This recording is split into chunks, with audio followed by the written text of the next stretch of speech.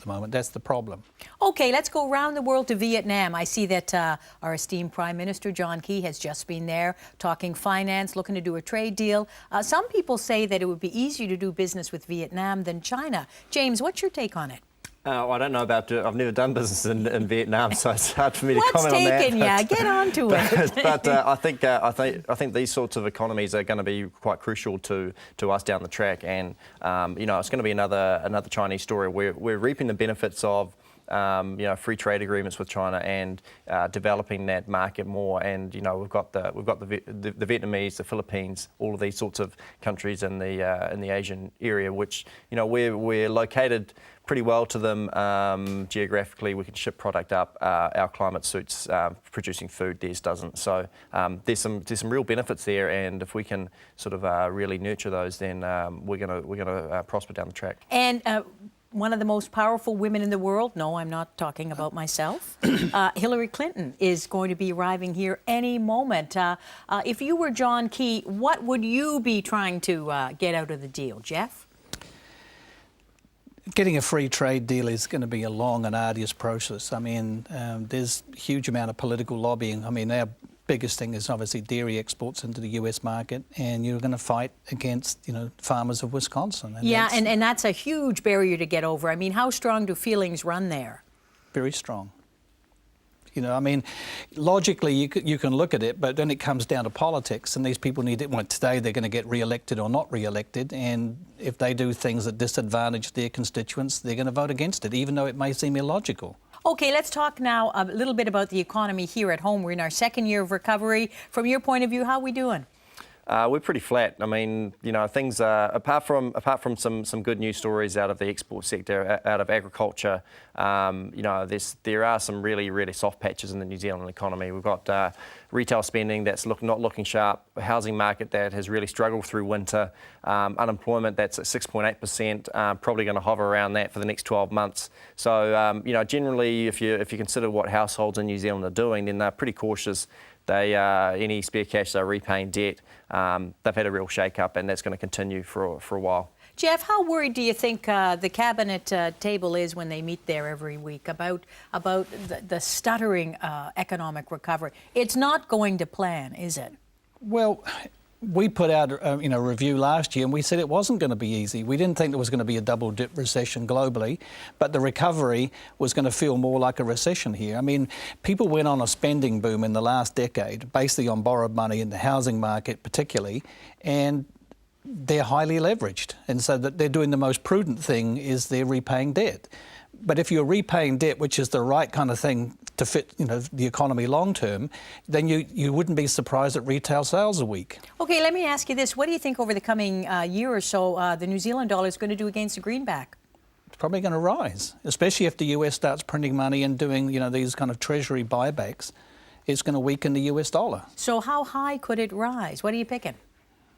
I'm not a currency expert, but what are we now, 75? 77 today. 77, well, I was going to say 78, so I mean, you know, take a round number, it could be 80. I mean, who knows? What do you reckon, James? Yeah, I don't think we're banging on the 80-cent tambourine just yet, but, you know, we're already at 77 cents. I think it's going to be quite interesting how things pan out over the next few days with the US Fed. If they, you know, the speculation is that they come out with a package of around 500 billion US dollars. So if they come out with more, I think that's going to be not good for the US dollar. If they come out with less, then it might actually be quite good for the US dollar. So we're probably going to get a pretty good gauge over the next couple of days as to where the currency market is going. I think that we probably will hover around, you know, the 77 mark for a while. We probably won't go too much higher. Okay, if I was going to take some money and go around the world and buy currencies, what would you recommend I be buying today?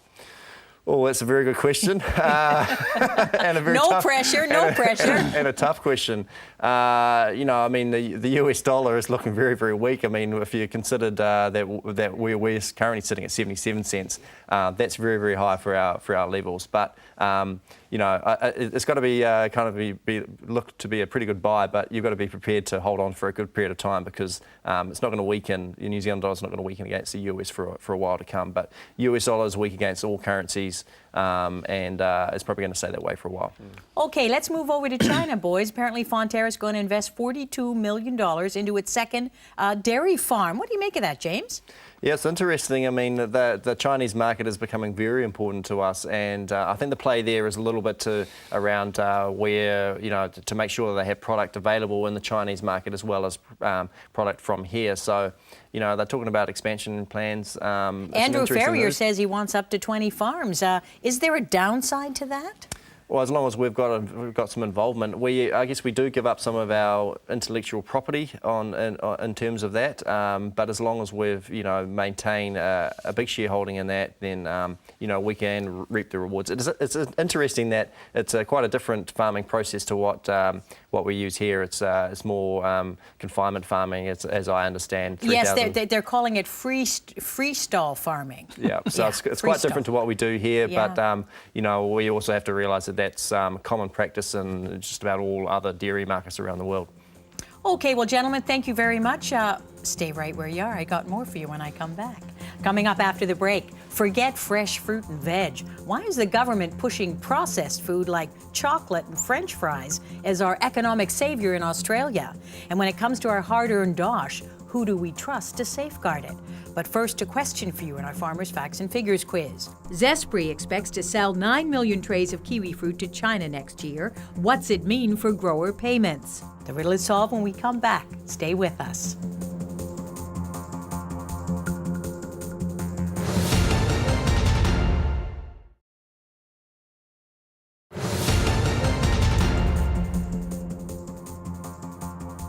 Welcome back to Money Talks. Just before the break, we asked you, Zespri expects to sell 9 million trays of kiwi fruit to China next year. What's it mean for grower payments?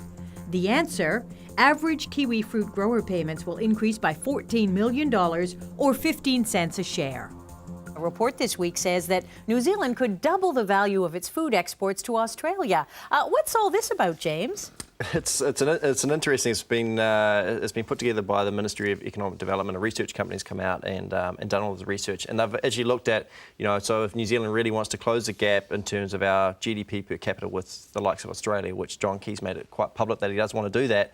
How are we going to do that? It really does have to come through from food exports, agricultural exports, and perhaps looking down the track to or down the value chain to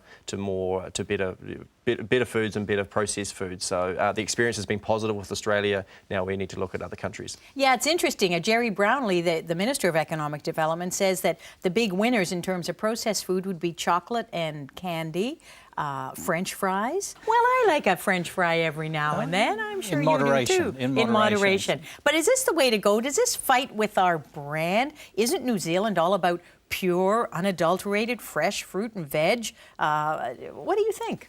Yeah, I think the French fries is pushing it a bit too far. I was watching that Jamie Oliver program.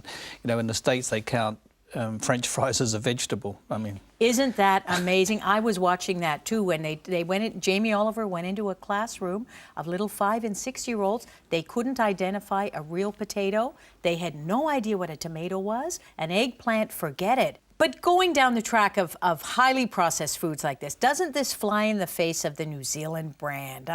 Or are we being too high and mighty? Do we just have to make a buck where we can? James? Well, I think the findings from the report are that we should be considering going down the value chain a little bit further. Instead of producing whole milk powder or skim milk powder, then we should be producing infant formula, because the findings were that if we go down that next track and we've got our own consumer brands, and we can get 10 times the value that we're currently getting. And the same goes for chocolate. Like it's been a good news story. Whittaker's, those sorts of producers going to the Australian market. They've gathered big market share. Exports have been very successful into the Australian market, and we're not really producing just basic products. We're producing products that are value added. They've got branding. They've got more sustainability long term. I think that's where we should be looking.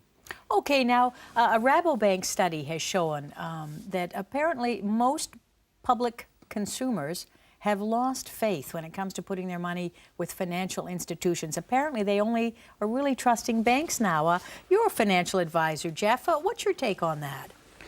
I can understand. I mean, there has been some poor advice, even from some of the banks. But most of the people who lost money with finance companies was self-inflicted. I mean, they didn't actually seek financial advice. They basically went to wherever they could get the highest interest rate. And so the idea that you went with UDC because it had a high credit rating wasn't a question that people asked 5 years ago. Everybody's asking the question now is, what's their credit rating? So it's been a painful lesson. So you think the public's just been too greedy in the past and have gone to the highest bidder? Pretty much. They didn't ask enough questions, you know, and so they end up in Hanover and Bridgecorp and all these other institutions.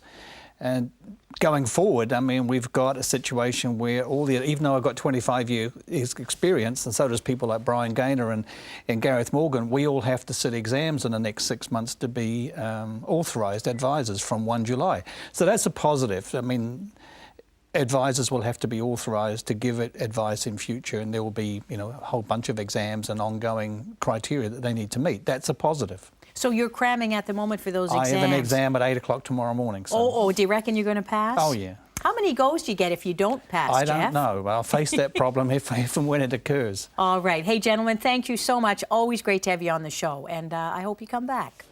Thanks to my guests, ASB Rural Economist James Shortall and Spicer's Senior Financial Advisor Jeff Matthews. We'd love to hear your feedback, so drop me a line on the website. Remember to check out my weekly blog.